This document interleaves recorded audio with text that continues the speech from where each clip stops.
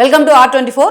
ED దూకుడుతో మోడీతో జగన్ రాయబారం. ఈరోజు చూస్తే ఈడీ చాలా ఫోర్స్గా లిక్కర్ స్కామ్ వ్యవహారంలో ముందుకెళ్తా ఉంది. ఈ క్రమంలోనే ఈరోజు లేటెస్ట్గా జగన్మోహన్ రెడ్డికి కూడా ఈడీ నోటీసులు ఇవ్వబోతా ఉంది, అదే విచారణకు కూడా పిలవబోతా ఉంది అని చెప్పేసి ఒక ప్రచారం అయితే జరుగుతూ ఉంది. ఒక 2-3 రోజుల్లో జగన్మోహన్ రెడ్డి ఈడీ నుంచి నోటీసులు అందుకోబోతా ఉన్నారు.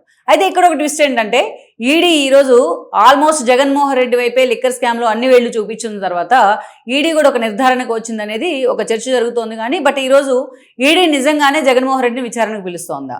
ఈడీ జగన్మోహన్ రెడ్డిని విచారణకు పిలిస్తే ఆయన అరెస్ట్ అయ్యే అవకాశాలు ఎంతవరకు ఉన్నాయి? కేవలం ప్రశ్నించే ఈడీ వదిలేస్తుందా, లేకపోతే ఇక్కడ ఈడీ ఆ స్థాయిలో తన మీద ఫోకస్ పెట్టింది కాబట్టి జగన్మోహన్ రెడ్డి నిజంగానే డిఫెన్స్లో పడ్డారనే ప్రచారంలో వాస్తవం ఎంత? ఈ క్రమంలోనే జగన్మోహన్ రెడ్డి ఈ రోజు నాటు మోడీతోని అమిత్ షాతోని టచ్లోకి వెళ్తా ఉన్నారు. వాళ్ళ అపాయింట్మెంట్ కోసం ఏదైతే ఆయన ప్రయత్నం చేస్తూ ఉన్నారు అనేది అయితే ఇంకొక ప్రచారం. బట్ దీంట్లో వాస్తవం ఎంత? ఈ అంశాల మీద మనం మాట్లాడుకుందాం. ఇక్కడ చూసినట్లయితే ఈ రోజున ఈడీ చాలా సీరియస్గా లిక్కర్ స్కామ్ వ్యవహారంలో ఫోకస్ పెట్టింది. దీనికి ప్రీఫేజ్లో మనం కొంచెం చెప్పుకోవాలి అంటే లిక్కర్ స్కామ్ వ్యవహారం జగన్మోహన్ రెడ్డి హయాంలో, ఆయన అధికారంలో ఉన్న 2019 నుంచి 2024 వరకు కూడా పూర్తి స్థాయిలో లిక్కర్ స్కామ్ అంశం కొన్ని సంచలనాలకు తెరలేపింది. ఆ రోజు మనం చూస్తే నిజానికి మనం ఈరోజు ఒక చిన్న బండి మీద ఏదన్నా ఐస్ క్రీమ్ కొనుక్కున్నా మనం గూగుల్ పేనో ఫోన్పేనో చేస్తాం. అలాంటిది ఈరోజు డిజిటల్ కరెన్సీ వచ్చిన తర్వాత, ఆ స్థాయిలో మోడీ ప్రమోట్ చేసిన తర్వాత దేశం మొత్తం ఆ దిశగా వెళ్తూ ఉంటే జగన్మోహన్ రెడ్డి మాత్రం తను వచ్చిన తర్వాత ఆ లిక్కర్ పాలసీ, గత ప్రభుత్వ పాలసీని మార్చి కొత్త లిక్కర్ పాలసీ తీసుకొచ్చాడు. బీఆవరేజెస్ కార్పొరేషన్ అడ్డు పెట్టుకుని జగన్మోహన్ రెడ్డి చేసిన అక్రమాలు ఈరోజు దాదాపు వేస్తున్న అంచనానే 3,500 కోట్లు. అది కూడా అధికారికంగా వేస్తుంది. మరి అనధికారికంగా ఇంకెంత అవుతుంది అనేది ఇక్కడ ఒక పెద్ద క్వశ్చన్ మార్క్. గతంలో ఢిల్లీలో కేజ్రీవాల్కి సంబంధించిన లిక్కర్ స్కామ్ తెర మీదకి వస్తే ఆల్మోస్ట్ అది ఆ మద్య మాఫియా వ్యవహారం చూస్తే దగ్గరగా 250-300 కోట్లనే ఆ రోజు చెప్పింది సిబిఐ కానీ ఈడీ కానీ. అందులోనే కవిత, రాఘవరెడ్డి, శరత్చంద్ర రెడ్డి అంతా అరెస్ట్ అయ్యారు కూడా సౌత్ నుంచి. ఈవెన్ శీష్ మహల్ లాంటి ఇష్యూ కేజ్రీవాల్ ఓడిపోవడానికి ఎంత కారణమో ఈ మద్యం వ్యవహారం కూడా కేజ్రీవాల్ని ఆ స్థాయిలో దెబ్బకొట్టింది. ఇక్కడ మనం చూస్తే జగన్మోహన్ రెడ్డి హయాంలో కూడా ఇలాగ ఆఖరికి ప్రభుత్వ ఉపాధ్యాయులను తీసుకొచ్చి మద్యం షాపుల ముందు కాపలాగా పెట్టిన పరిస్థితిని తీసుకొచ్చారు జగన్మోహన్ రెడ్డి. అక్కడ ఆ మద్యం షాపుల్లో ఎక్కడైనా సరే no PhonePe, no digital currency, no Google Pay, only cash పేమెంటే. సో ఈ క్రమంలోనే ఈ అంశం మీద గతంలో పురంధేశ్వర్ లాంటి వాళ్ళు అమిత్ షాని, మోడీని కలవడం జరిగింది. గత ఎన్నికల కంటే ముందు ఈ స్కామ్ని బయటికి తీయాలి, దీని మీద ఈడీ ఎంక్వైరీ జరగాలని చెప్పి ఆవిడ అమిత్ షాని కూడా కోరారు ఆ రోజుల్లో. ఆ తర్వాత గెలిచిన తర్వాత మొన్న కూటమి ప్రభుత్వం అధికారంలోకి వచ్చిన తర్వాత ఆ పార్టీకి చెందిన, టీడీపీకి చెందిన లావు శ్రీకృష్ణదేవరాయలు ఎవరైతే ఉన్నారో నరసరావుపేట ఎంపీ, ఆయన కూడా వెళ్ళి అమిత్ షాని కలవడం జరిగింది. ఈ మొత్తం డీటెయిల్స్ కూడా ఆయన ఇవ్వడం జరిగింది. అప్పటి నుంచే ఇక రాష్ట్ర ప్రభుత్వం కూడా ఫోకస్ పెట్టింది. ప్యారలల్గా ప్రత్యేకంగా సిట్ని ఏర్పాటు చేసింది. విజయసాయి లాంటి వాళ్ళు ఇచ్చిన వాంగ్మూలంతో పూర్తి స్థాయిలో వాంగ్మూలం అన్నదాన్ని ఆయన మీడియా ముందుకు వచ్చి కొన్ని అంశాలు రివీల్ చేశారు ఆయన విచారణకు పిలిచిన తర్వాత. ఈ క్రమంలోనే కేసీ రెడ్డి అరెస్ట్ జరిగింది. అక్కడ తీగలాగితే ఏపీ మొత్తం డొంక కదిలింది. ఈరోజు కేసీ రెడ్డితో మొదలు పెడితే అరెస్ట్ బాలాజీ గోవిందప్ప, భారతీయ సిమెంట్స్లో మేనేజర్ ఆయన, అదేవిధంగా ఓఎస్డీ అయిన జగన్మోహన్ రెడ్డికి ఓఎస్డీ అయిన కృష్ణమోహన్ రెడ్డి, ఆ తర్వాత మనం చూస్తే సీఎంఓలో అత్యంత కీలకంగా పనిచేసిన ధనుంజయ రెడ్డి, సజ్జల శ్రీధర్ రెడ్డి, ఒకరు కాదు, ఇద్దరు కాదు, ఇంతమంది అరెస్ట్ అయ్యారు, ఎంతోమంది. వీళ్ళ తర్వాత పొలిటికల్ అరెస్టులు చెవిరెడ్డి, ఆయన పిఏ వెంకటేష్ నాయుడు కానీ, అదేవిధంగా మిథున్ రెడ్డి కానీ, ఇలాంటి వాళ్ళందరూ అరెస్టులు కూడా జరిగాయి. లేటెస్ట్గా జగన్మోహన్ రెడ్డి పిఏ అక్రమాస్తుల ఆరోపణలతో ఆయన మీద రైడ్స్ జరిగితే ఆయన కూడా లిక్కర్ కేసుతో లింక్ ఉందనే విషయం కూడా బయటపడింది.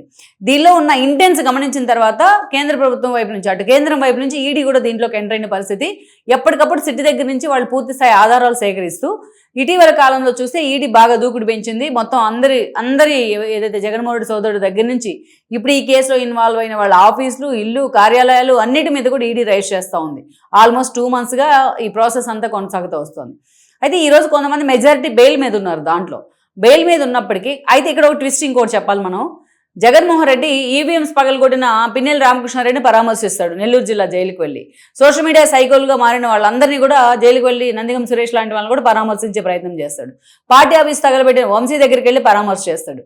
కానీ లిక్కర్ స్కామ్లో ఇంతమంది ఇన్వాల్వ్ అయి ఉంటే తన అనుచరుడు అనిపించుకున్న ఒక మిథున్ రెడ్డి కానీ, అదేవిధంగా చెవిరెడ్డి భాస్కర్ రెడ్డి లాంటి వాళ్ళు కూడా ఇన్వాల్వ్ అయి ఉన్నా వాళ్ళని పరామర్శించడానికి మాత్రం ఆయన ఎప్పుడూ కూడా జైలుకి వెళ్ళలేదు. వాళ్ళు గగ్గోలు పెడుతున్నా వెళ్ళలేదు. ఎందుకంటే వెళ్తే తనకెక్కడ ఆ కేసు చుట్టుకుంటుందోనని. కానీ ఈరోజు అరెస్ట్ అయిన ప్రతి ఒక్కరూ ఆల్మోస్ట్ జగన్మోహన్ రెడ్డి వైపే అన్ని వేళ్లు కూడా చూపించిన పరిస్థితి అయితే ఉంది. ఈ క్రమంలోనే జగన్మోహన్ రెడ్డి పాత్రకు సంబంధించి ఈడీ తాజాగా దీనికి సంబంధించి ఈడీ ఛార్జ్షీట్ ఫైల్ చేసింది 351 పేజెస్తోని.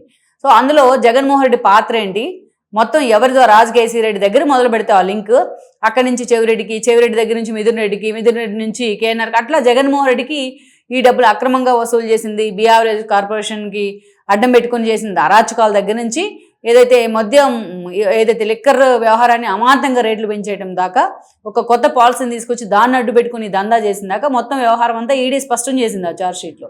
ఈ క్రమంలోనే ఈ అందరి వేళ్ళు కూడా జగన్మోహన్ రెడ్డి వైపు చూపిస్తూ ఉన్నాయి. అయితే ఇక్కడ జగన్మోహన్ రెడ్డి అరెస్ట్ అనేది ఎప్పటి నుంచో ఉన్న ప్రచారం. ఈ విషయంలో లేటెస్ట్గా ఈడీ ఆయన విచారణకు పిలవబోతుందని చెప్తున్నారు. రేపు మాపో మరో 2 రోజుల్లో జగన్మోహన్ రెడ్డి ఈడీ విచారణకు హాజరు కాబోతున్నారు. మరి అరెస్ట్ దిశగా రాష్ట్ర ప్రభుత్వం వెళ్తుందా, లేకపోతే ఈడీ కాబట్టి కేంద్రం ఆ దిశగా ఫోకస్ పెడుతుందా అనేది కూడా ఇంకో చర్చ ఉంది.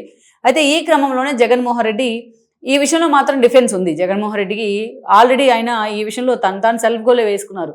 ఏదైతే లిక్కర్ స్కామ్ వ్యవహారంలో దీనిలో భాగంగానే జగన్మోహన్ రెడ్డి మోడీ అండ్ అమిత్ షా అపాయింట్మెంట్ అడుగుతూ ఉన్నారు అనేది నాకున్న సమాచారం. ఎలాగైనా ఈ కేసు నుంచి బయటయ్యాలి అని, ఎందుకంటే ఇది క్రూషియల్ టైం జగన్మోహన్ రెడ్డికి. ఆయన పాదయాత్ర కూడా సిద్ధమవుతా ఉన్నారు. ఇప్పుడు కానీ ఆయన జైలుకి వెళ్ళి కూర్చున్నారంటే ఎప్పుడు బయటకు వస్తారో తెలియదు. ఆల్రెడీ ఆయనకి వెంటాడుతున్న కేసులు చాలా ఉన్నాయి. ఇలాంటి సందర్భంలో ఈరోజు అరెస్ట్ అయితే జగన్మోహన్ రెడ్డి అష్టదిగ్బంధం అయినట్టే. అందుకని ఈరోజు చాలా సీరియస్గా జగన్మోహన్ రెడ్డి అటు అమిత్ షాను ఇటు మోడీది అపాయింట్మెంట్ అడుగుతున్నారని చెప్తున్నారు. ఆల్రెడీ ఆయన 2 years నుంచి అడుగుతున్నారు చాలా విషయాలు అపాయింట్మెంట్. ఇప్పటిదాకా వాళ్ళు క్లారిటీ ఇవ్వాలి అపాయింట్మెంట్కి సంబంధించి. దట్టు ఈడీని ఎంటర్ చేయడం ద్వారా రాష్ట్రానికి సంబంధించిన ఈ స్కామ్లో క్లారిటీగా ఒకటి ఇచ్చే ఒక ఇండికేషన్ ఏంటంటే బీజేపీ నుంచి జగన్మోహన్ రెడ్డి అరెస్ట్ అయినా మాకేం అభ్యంతరం లేదు, మేము కూడా క్లియరెన్స్ ఇస్తున్నాం అన్నట్టుగా ఈడీ ఎంటర్ అయింది. అలాంటి సందర్భంలో ఈరోజు జగన్మోహన్ రెడ్డి మోడీతోని అమిత్ షాతోని భేటీ అయ్యేందుకు చాలా సీరియస్గా ఆయన ప్రయత్నం చేస్తున్నారు. తన పార్టీ ఎంపీలైన మిథున్ రెడ్డి లాంటి వాళ్ళతో, గురుమూర్తి లాంటి వాళ్ళతో, అదేవిధంగా మనం చూసి అవినాష్ రెడ్డి లాంటి వాళ్ళతో ఇప్పటికే తన బాబాయ్ సుబ్బారెడ్డి వీళ్ళందరినీ కూడా అమిత్ షా దగ్గరికి పంపించే ప్రయత్నం చేస్తున్నారు తన అపాయింట్మెంట్ కోసం అని చెప్తా ఉన్నారు. అయితే దీనికి బ్యాక్గ్రౌండ్ మనం చెప్పుకుంటే ఈ లిక్కర్ స్కామ్ వ్యవహారంలో ఈడీ ఎంట్రీ ఇవ్వడమే, ఈడీ దూకుడు పెంచడం అనేది ఒక అంచనాగా చూడొచ్చు మనం. సో మొత్తానికైతే జగన్మోహన్ రెడ్డి అరెస్ట్ అనే ప్రచారం నాట్ ఎట్ క్లారిటీ కానీ, బట్ ఈ విషయంలో జగన్మోహన్ రెడ్డికి అయితే మాత్రం పూర్తి స్థాయిలో ఈడీ నోటీసులు కూడా ఇవ్వబోతుంది. ఆయన విచారణకు అయితే హాజరు కావాల్సిన పరిస్థితి అయితే దాని నుంచి తప్పించుకోలేరు. ఆయన విచారణకు అయితే హాజరు కావాలి. మరి ఈ విషయంలో జగన్మోహన్ రెడ్డి ఫ్యూచర్ ఎటు మలుపు తిరుగుతుంది అనేది చూడాలి మనం. ఈ వీడియో మీకు నచ్చినట్లయితే please share, like and subscribe R24 Telugu.